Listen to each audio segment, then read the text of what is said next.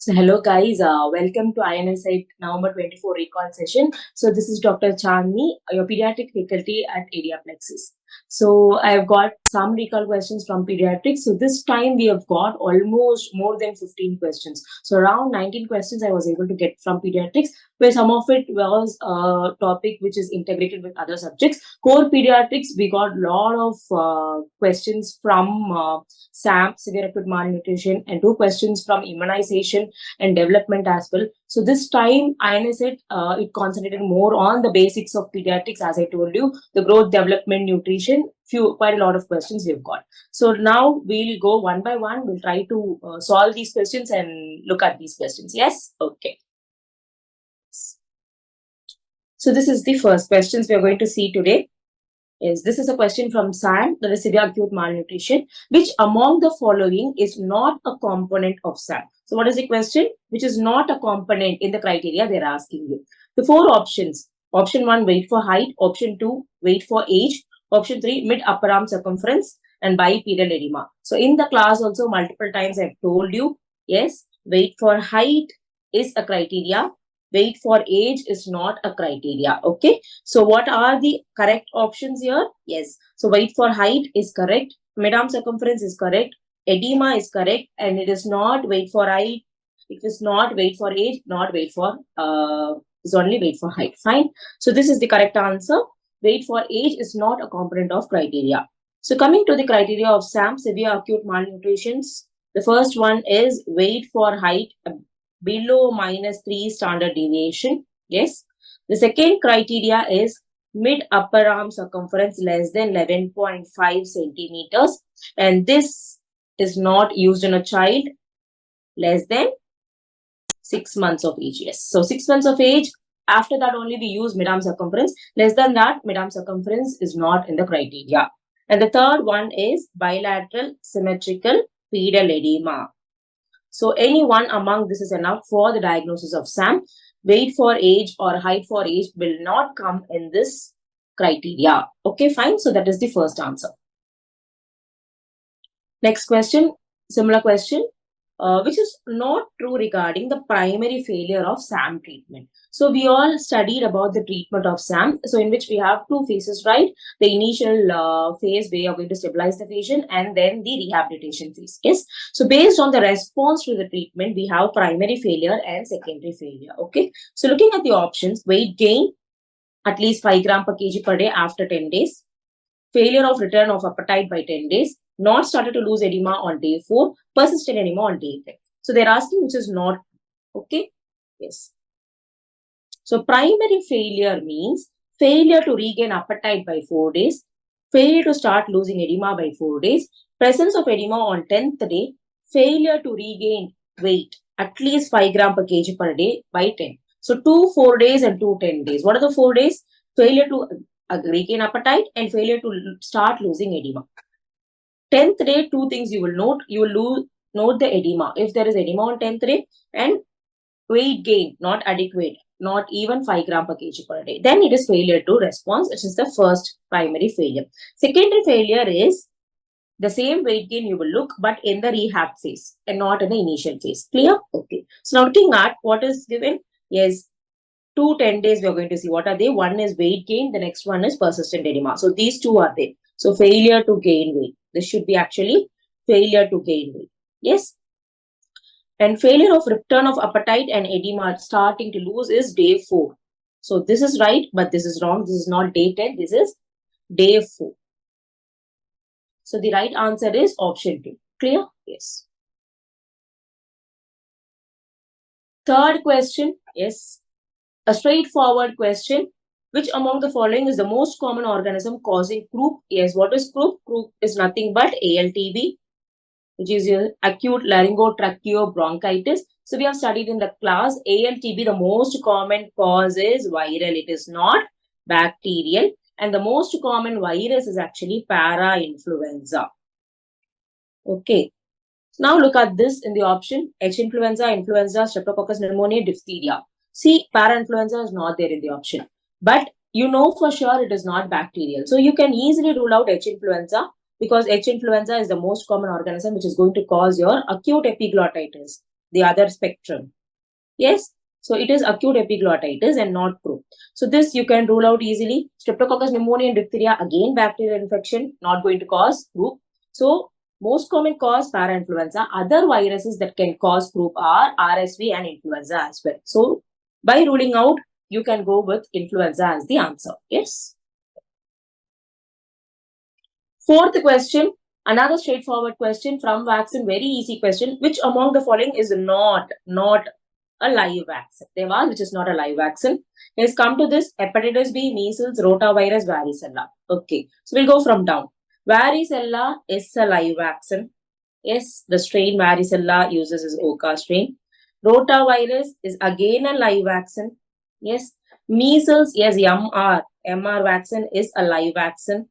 What about hepatitis B? Hepatitis B is a recombinant vaccine. Recombinant vaccine where we use the subunit. So it is a subunit recombinant vaccine. HPS-AG subunit is used for production of vaccine. It is not a live vaccine. So the answer is hepatitis B, which is not a live vaccine. Yes.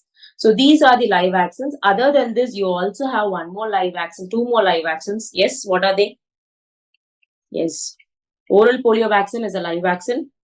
BCG is also a live vaccine. Fine. So this is not a live vaccine. This is a subunit recombinant vaccine. Yes. This question, which is come from development chapter. Yes. A child is able to draw a cross, goes to toilet alone and says stories. What is the age of the child? 2, 3, 4, 5 is given. 2, 3, 4, 5 is given. So drawing a cross, copying a cross is at what age? 4 years. Yes. By 4 years, a child can go to toilet alone and say stories. I have told you in class. So 4 years is when you get them to LKG and all. That is when they start saying rhymes and stories. So again, this is also 4 years. So the ideal age is 4 years and not 5 years. Yes. Why not? We will see. Yes. So 2 years, what a child can do. Yes. 2 years child. Yes. It can draw a vertical stroke at 2 years. Yes. Then indicates toilet, cannot go alone, but it can indicate toilet. I want to go. That they can say at 2 years. Okay. So 2 years, what about the vocabulary, language? 2 years, they can't say stories, but they can say sentences, 1 to 2 word sentences. Give me that. I want this. Like 2 to 3 word or 1 to 2 word sentences, they can do at 2 years. So it is not 2 years, rule out. 3 years, in the class I have told a story. If you remember the story, you will not go for 3 years. Yes, 3 years, draws a circle. Yes, draws a circle by 3 years. Then what about the other milestones at 3 years? Yes, they know their names, they know their gender, they know colors at 3 years. That is for 3 years. 4 years is what we have seen. That is the answer. 5 years is when a baby will be able to. Yes. So this is 4 years. 4.5 years is rectangle. 5 years they can draw a triangle. They can copy a triangle. So it is not 5 years. So it is able to draw a cross and not a triangle. So not 5 years. And by 5 years, they can speak in future tense and they can dress and undress independently. That is the milestone of 5 years. So by ruling out everything, 4 years is the correct answer for this. Yes. Another question, short, I told in the class, definitely you will get a match the following question from the inheritance patterns. Most of this we have discussed in the class. It's a very easy kind of one. So one side diseases were given, other side the mode of inheritance or the genetic cause is given and you have to match it. Yes. So Leber's hereditary optic neuropathy, yes, it is mitochondrial. So I have told anything which has a difficult name or which is a very big expansion, it is mostly maternal or mitochondrial. Cystic fibrosis, autosomal recessive. Duchenne muscular dystrophy, all of you know it is X-linked recessive condition. Spinocerebellar ataxia is the other option left. I think it was triplet repeat. Yes. So it is a triplet repeat. So this is the answer for the sixth question, inheritance patterns of the diseases.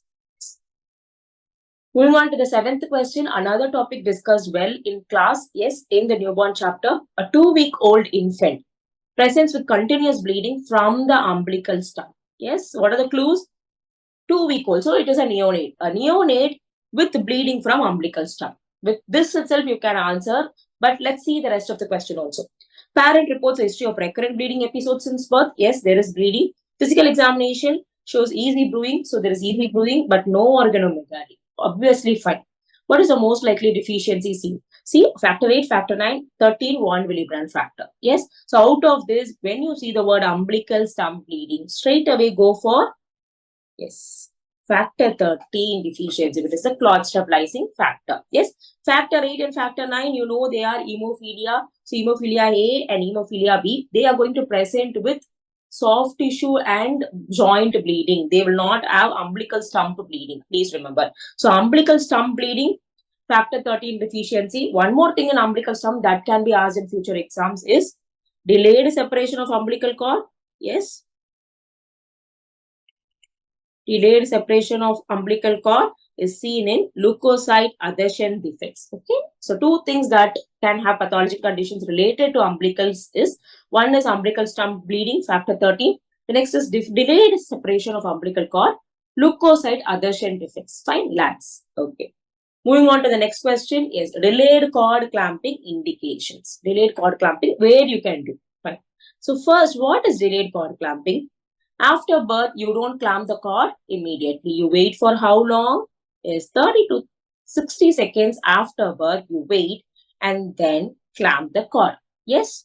So what are the advantages we have discussed? Yes, it reduces the risk of anemia in the future in term babies and in all babies. And in case of preterm baby, it reduces the occurrence of intraventricular hemorrhage. So now you know both term and preterm can be done delayed cord clamping. Now come at the options. We'll see the options. Vigorous term and preterm. Yes, only vigorous term not requiring resuscitation. Only preterm, only term after 37 weeks. Okay, so what are the options which is not true? Which is not true. Only preterm, no. So you can do for term also. Only term after 37 weeks, that is also incorrect because for preterm, term, both babies can be done cord clamping. Look at 1 and 2. Obviously, vigorous term and preterm, only vigorous term not requiring resuscitation. Which one will you select? Yes, obviously not requiring resuscitation, but they have given only vigorous term. When the word vigorous is given, it means the baby is active, tone is good, cry is good. So they don't need resuscitation. Okay. So they are vigorous term as well as preterm. So among 1 and 2, the best answer is option 1. Okay. So both term and preterm can be given. As of now, the contraindication or where we don't do delayed cord clamping is this condition. So you don't do delayed cord clamping in this condition in babies requiring resuscitation. Okay. So when a baby is in asphyxia, if the baby's tone is not good, if the baby is not crying, then you will go for resuscitation. In that case, you should not delay the cord clamp, immediately clamp. Otherwise, if the baby is fine, vigorous, then we'll go for delayed cord clamping. Okay, fine. So among these two, this would be better because both term and preterm can be done. Yes. 9th question. A 2-year-old child presents with fever, hematuria, thrombocytopenia with diarrhea. So after diarrhea, so the question was like diarrhea and then fever, hematuria, thrombocytopenia. Which among the following is the most likely causative organism? So what is this triad? What they are telling? Hematuria, where there is renal insufficiency along with thrombocytopenia, diarrhea. In child, yes, this is nothing but HUS. We are speaking about HUS, which is hemolytic uremic syndrome. Hemolytic uremic syndrome. So how this is going to present? You will have diarrhea or dysentery, which is most common in children. Okay. So this is a typical type, which is common. Atypical is not so common in children. You have a diarrhea followed by triad of symptoms of HUS. What is the triad of symptoms? MAHA. What is MAHA? Yes, microangiopathic hemolytic anemia. That is MAHA, microangiopathic hemolytic anemia, thrombocytopenia, and renal insufficiency. Thrombocytopenia and renal insufficiency. So looking at this, the condition scenario which is given is hemolytic uremic syndrome. The next question, most likely organism. Okay, 2 organisms that can cause. One is E. coli, Shiga toxin producing. The next one is Shigella. Yes. So among this, which is right? Yes, it is not Salmonella. Yes, it is not Salmonella. Is it Shigella flexneri or is it E. coli 157H7? The most common is actually is E. coli 157H7 is the most common cause. Okay, the strain is important, which is the most common cause of typical HUS in children. Okay, yes. Next question, another question with diarrhea. A 2-year-old child presents with diarrhea and dehydration. So there is diarrhea with dehydration. What is the most common cause? Any child less than 5 years presenting with diarrhea, the common cause is viral. And what virus it is? Rotavirus. Very straightforward question. Don't look at any other option. Viral, it is rotavirus. That is the most common cause. Okay, so rotavirus is the most common cause of diarrhea in children. Yes. Next question. Incorrect on breast milk jaundice. So this is a question on breast milk jaundice. Unconjugated hyperbilirubinemia, increase in bilirubin of more than 10 per deciliter in a 3 to 4 weeks of age. Phototherapy should be given. Breastfeeding to be continued. They have asked the incorrect statement. Okay, which is incorrect we are going to see. So for this you have to know what is breast milk jaundice. So two things we have discussed in class: breastfeeding, breast milk.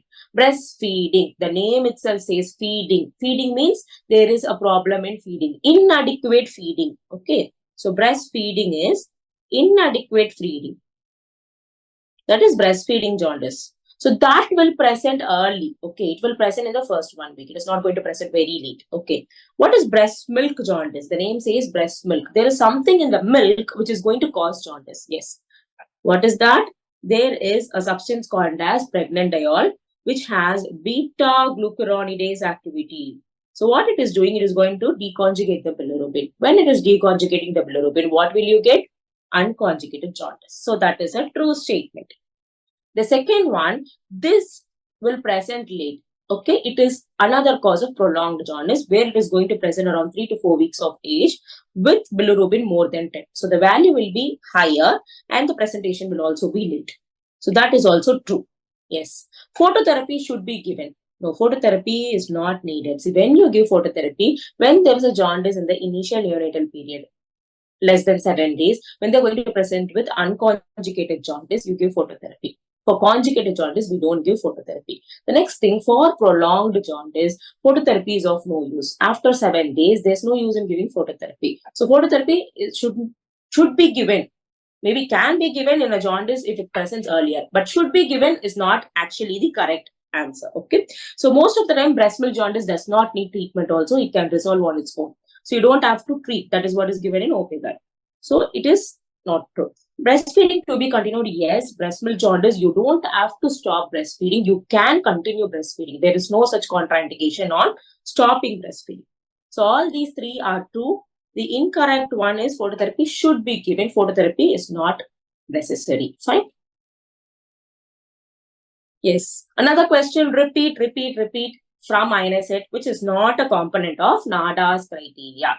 The options have changed, but it is a repeat. What is NADA's criteria? Yes, it is used in congenital heart disease to screen the babies for congenital heart disease. Look at the options: congestive cardiac failure, diastolic murmur, elevated troponin, abnormal ECG. Okay, see, when I say congenital heart diseases, all this can be seen. But what about troponin? Troponin has no role in congenital heart diseases. So when you know what it is used for, directly you can answer the question. So the answer actually is elevated troponin, which is not a component of NADA's criteria. Now let's see what is NADA's criteria. We have the major and we have the minor. In major NADA, we have systolic murmur, which is grade 3 and more. Okay. Diastolic murmur, any grade. Okay.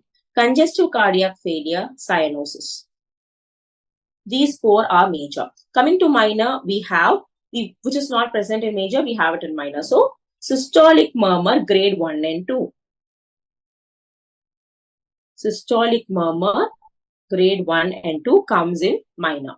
And 4 abnormals. What are the 4 abnormals I have told you? Abnormal second heart sound, abnormal chest X-ray, abnormal blood pressure, abnormal ECG. Okay, so this is major and this is minor. So for you to screen or to say NADA's criteria is positive, 1 major or 2 minor should be there. 1 major or 2 minor should be there. Fine? Yes. So among this, All these are components of NADA's criteria. Troponin is not a part of NADA's criteria. That is the answer. Next question. Yes, cystic fibrosis in the class I told you. Definite question will come from this topic. Such an important topic. Another question in this INICET has also come. Which among the following is not seen in a child with cystic fibrosis? Not seen. Okay. Options are nasal polyps, meconium ileus, biliary atresia, bleeding diastasis. Okay. What is cystic fibrosis? Before answering this, yes, CFTR gene mutation, chloride channel is affected. We know this. So chloride channel is affected. When this channel is affected, what happens? All the secretions are becoming thick. Where all? Anywhere in your body, wherever your chloride channel is defective, your secretions will become thick. Because of thick secretions, you're going to have a set of features, which is cystic fibrosis. Nasal polyps, yes, because what happens? Your nasal secretions are thick, mucosal clearance is very abnormal there. Because of that, you have recurrent polyps. Okay, so nasal polyps is a part of cystic fibrosis. Meconium ileus, what is this? Meconium, you know, the first stool that is passed by the baby is meconium. So, what happens here? Because of this, there is thickness in all the secretions. The meconium is also very thick. It cannot be passed. So, what will happen? Because of this meconium, you will have obstruction in the baby. So, you will have meconium ileus.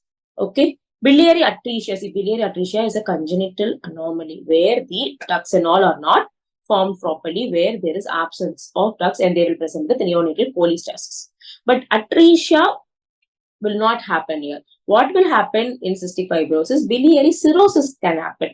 Because of the thick bile, the bile stays in the gallbladder and your liver and it can cause cirrhosis. But it is not atresia.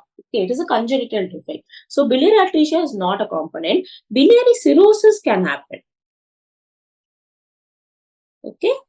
So, it is not a component. Bleeding diastasis, you can ask, why does it happen? See, bleeding, why it is happening here? Because in cystic fibrosis, there is pancreatic insufficiency. Pancreatic secretions are very thick, so they are not excreted into the intestine. When you don't have pancreatic secretions in the intestine, what will happen? Malabsorption and fat malabsorption. So, fat soluble vitamins like your A, D, E, K is also malabsorbed.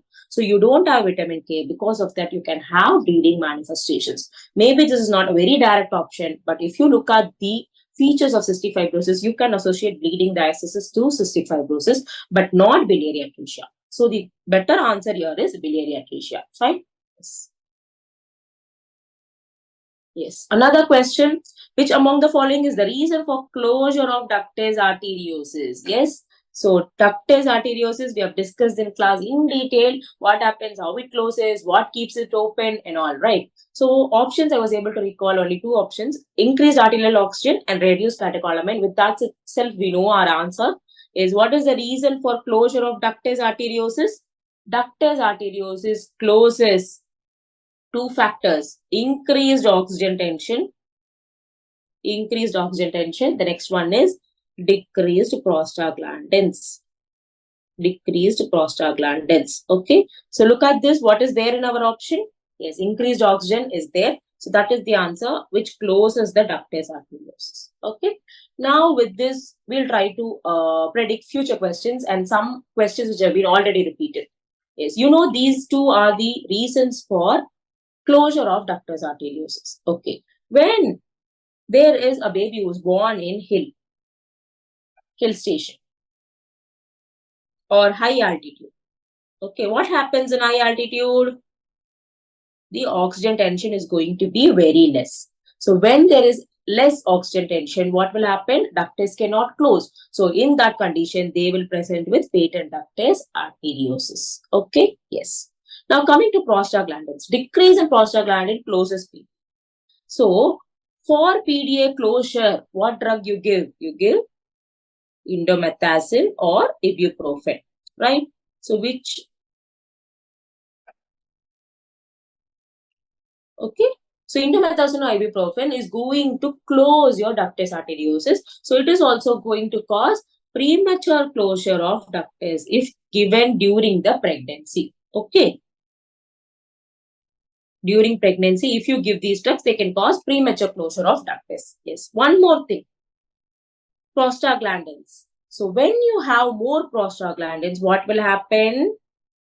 More prostaglandins is going to open your duct. So increase prostaglandin opens duct. So where you can use this drug to keep the duct open in case of duct dependent conditions. Duct dependent circulations we have studied, right? So in those conditions, you can use these prostaglandins. The most commonly used drug is alprostatin. Okay. So from this one MCQ, 3 points: high altitude, patent ductus arteriosus. If you give these drugs, it can cause premature closure. If you give this drug, you can keep the duct open. Clear? Yes. 15th question, a question from celiac disease. So which is incorrect there? This is not true there. Marsh criteria is used for diagnosis. Yes, Marsh criteria is used for diagnosis. So the criteria is on your histopathology, which is very important. Anti-endomysial antibody seen. Yes, anti-endomysial antibody is positive. That is also true. This is true. This is true. Anti-TTGA, tissue transglutaminase A is positive. That is also true, which is incorrect. Yes. HLA-DQ611. No, it is not HLA-DQ611. It is HLA-DQ28. 28. So what is celiac disease? Celiac disease is gluten sensitivity, where they are sensitive to gluten containing substances. What are the gluten containing substances? Brew. Yes.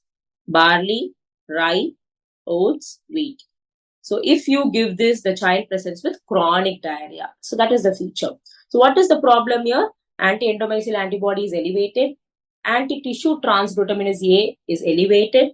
And one more, recent IgA levels are found to be less. Okay. So these three are very important. TTGA is elevated. Endomysial antibody is elevated. IgA levels are found to be less. Okay. And the investigation of choice for celiac disease is biopsy. You take the biopsy, send for histopathology, and then you diagnose celiac disease. Fine? Yes. 16th question is they have given you 4 options and they have asked the genetic change seen in sickle cell anemia is what is the problem in sickle cell anemia? Valine replaces glutamine. Okay, valine replaces glutamic acid in the 6th position of the globin chain. So that is the answer. This was there in one of the options. So they have given you so many combinations like valine, lysine and all. So valine replaces glutamic acid, 6th position is the answer for sickle cell anemia. Okay, yes. 17th question. This is a question from pediatric resuscitation, not neonatal. Please see, this is pediatric resuscitation. And they have asked which is true, which is correct. True, they have asked. Okay. Okay. 30:2 ratio for 2 rescuers. No. 2 rescuers. When more people are there, the ratio has to be less. So 15:2 is the right answer for 2 rescuers. 30:2 is for 1 rescuer. Okay, so this is incorrect. Adenosine given via intraosseous route. No, adenosine is not given intraosseous. It is given IV and it is also given for supraventricular tachycardia. Okay, so it is not IO, it is IV. Chest compression, 1/3 of AP diameter. Yes, it is true. When you give chest compression, for small children, you use one hand. For bigger, older children, we use the same thing technique we use in adults. So their chest compression is 1/3 of anteroposterior diameter of your chest, which is true. Okay, so that is a true statement. Adrenaline dose 0.01 milligram per kg, 1 in 1000 dilution. See, adrenaline dose, when you're going to give it as IV, okay, so I hope the option had IV. It is 0.01 milligram per kg. That is true, but it is given in 1 in 10,000 dilution. Okay, 1 in 10,000 dilution if it is given as IV. Okay, fine. So the answer actually is chest compression, which is a true statement. 1/3 of AP diameter is true. Is 18th question, another question from immunization. Which among the following are vaccine preventable diseases? Very simple. This is a multiple answer question which was asked, which can be prevented by vaccine. Hepatocellular carcinoma, yes, we know we are giving vaccine hepatitis B, which can prevent hepatocellular carcinoma. So that is true. Cervical cancer, yes. Recently, what is that? Indigenous vaccine of India, which is going to be incorporated into the schedule, HPV. So HPV prevents cervical cancer. That is also true. Merkel carcinoma, no, it cannot be prevented by vaccine. Burkitt lymphoma, caused by EBV. We don't have vaccines for EBV, so that can also be not prevented. So hepatocellular carcinoma and cervical cancer can be prevented by vaccines. Yes. Yes. So the last question in this recall is this one, which is integrated topic with obstetrics and gynecology. Which among the following is not a component of quadruple test? Beta HCG, inhibin B, unconjugated estriol, and MSAFP. What is quadruple test? Quadruple test is a screening test which is done in the second trimester for Down syndrome. Okay, it is done for Down syndrome. So you have triple test and quadruple test. So triple test and quadruple test. So they include beta HCG, unconjugated estriol, and maternal serum alpha fetoprotein.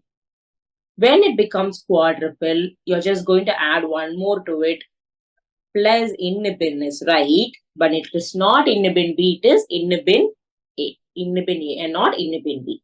So that is the answer. Okay, fine. So what happens to all these levels? Yes, beta HCG elevated, estriol less, MSAFP is less, inhibin A is elevated. So please remember HI is elevated, high. HI is high. So please remember beta HCG and inhibin A are high. Other two are repressed. Okay. And if MSAFP is elevated, think of neural tube defects. If this is elevated, think of neural tube defects. So this is quadruple test, which is a screening test. The last point, very important, can be asked in future exams is what is NIPT? What is the recent advance of non-invasive prenatal test? Non-invasive prenatal test. Very important. It is the cell-free fetal DNA in the maternal blood. Cell-free fetal DNA in the maternal blood. It is non-invasive to the fetus. Here we are speaking about the fetus. So non-invasive to the fetus, which can be used as confirmative test, which is cell-free fetal DNA. That's it, guys. So around 19 questions we have seen from pediatrics. So most of the recall we have done from pediatrics. I hope you would have got all these questions right, because most of it is something we have already discussed in the class. Okay. So mostly topics were repeated. One or two we had repeat questions. Maybe the options were changed, but most of the topics were repeat topics, which was asked in the previous INICET exam. Okay. So hoping for the best and for your best results as well. So all the very best. Stay connected. Take care.